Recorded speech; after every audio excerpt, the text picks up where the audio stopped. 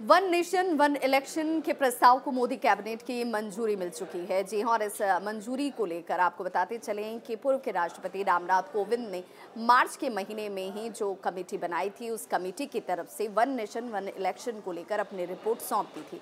अब जब रिपोर्ट सौंपी गई तो वन नेशन वन इलेक्शन को लेकर जो उसमें सुझाव रखे गए, प्रावधान क्या होने चाहिए, इनकी भी चर्चा बहुत ज़रूरी हो जाती है। पहले कदम के तौर में जो सिफारिश की गई थी उसमें कहा गया कि लोकसभा और विधानसभा का चुनाव जो है वो एक साथ कराया जाए और ऐसे में 5 साल में सिर्फ एक बार चुनाव होने चाहिए, ये सुझाव के तौर पर शामिल था। साथ ही साथ दूसरे सुझाव में ये भी कहा गया कि भाई लोकसभा और विधानसभा के चुनाव के संपन्न होने के 100 दिन के भीतर ही स्थानीय निकाय चुनाव जो हैं वो भी संपन्न हो जाने चाहिए, जिससे समयावधि जो है चुनाव को लेकर वो एक निश्चित समय सीमा के भीतर हो पाए, वक्त की भी बचत हो। जो संसाधनों की खपत इस दौरान होती है चुनाव में, जिसमें अरबों रुपए खर्च किए जाते हैं, उस खर्च को कम किया जा सकेगा और इन राशियों का, इन रकमों का इस्तेमाल राष्ट्र के निर्माण में, उसके विकास में किया जा सकेगा।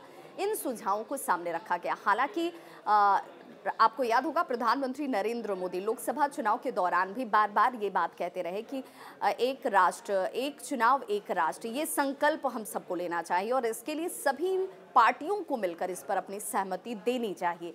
और इसीलिए मैं अनुरोध करता हूं कि सभी पार्टियां जो हैं इस पर अपना समर्थन जाहिर करें। हालांकि इस वक्त की जो स्थिति है, कैबिनेट से इसे मंजूरी मिल चुकी है, लेकिन अब इसके आगे का रास्ता क्या इतना आसान होगा? तो इसका जवाब संभवतः ये होगा कि नहीं, ये बहुत ज़्यादा आसान नहीं होगा। अभी फिलहाल इसे शीतकालीन सत्र में लाया जाएगा, पेश किया जाएगा और दोनों सदनों से इस प्रस्ताव को पास होना ज़रूरी हो जाता है। 2/3 समर्थन हासिल होना सदस्यों का दोनों सदनों से बहुत ज़रूरी है।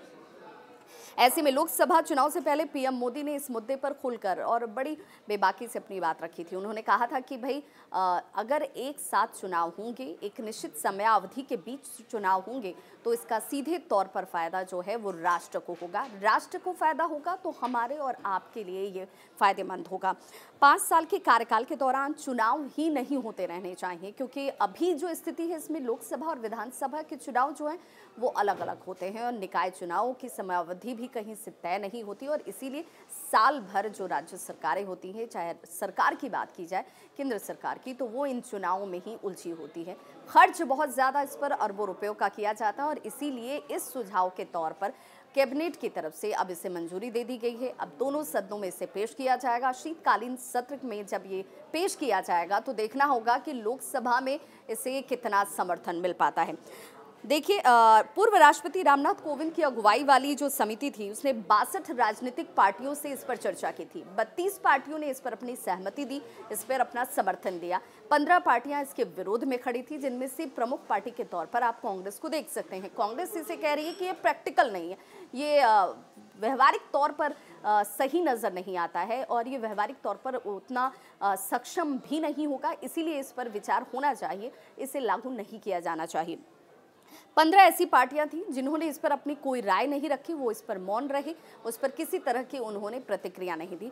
इसे मौन रहने वाली प्रतिक्रिया को भी एक तरीके से मौन सहमति के तौर पर गिना जा रहा है। हालांकि अब ये देखना होगा जब दोनों ही सदनों में इसे लाया जाएगा तो इस पर जब चर्चा होगी तो कितनी सहमति निकलकर सामने आती है, क्योंकि किसी बिल को कानून बनने के लिए इस पर सदन के जब दोनों ही सदनों में ये बिल पहुंचेगा तो सहमति बहुत ज़रूरी है, समर्थन बहुत ज़रूरी है।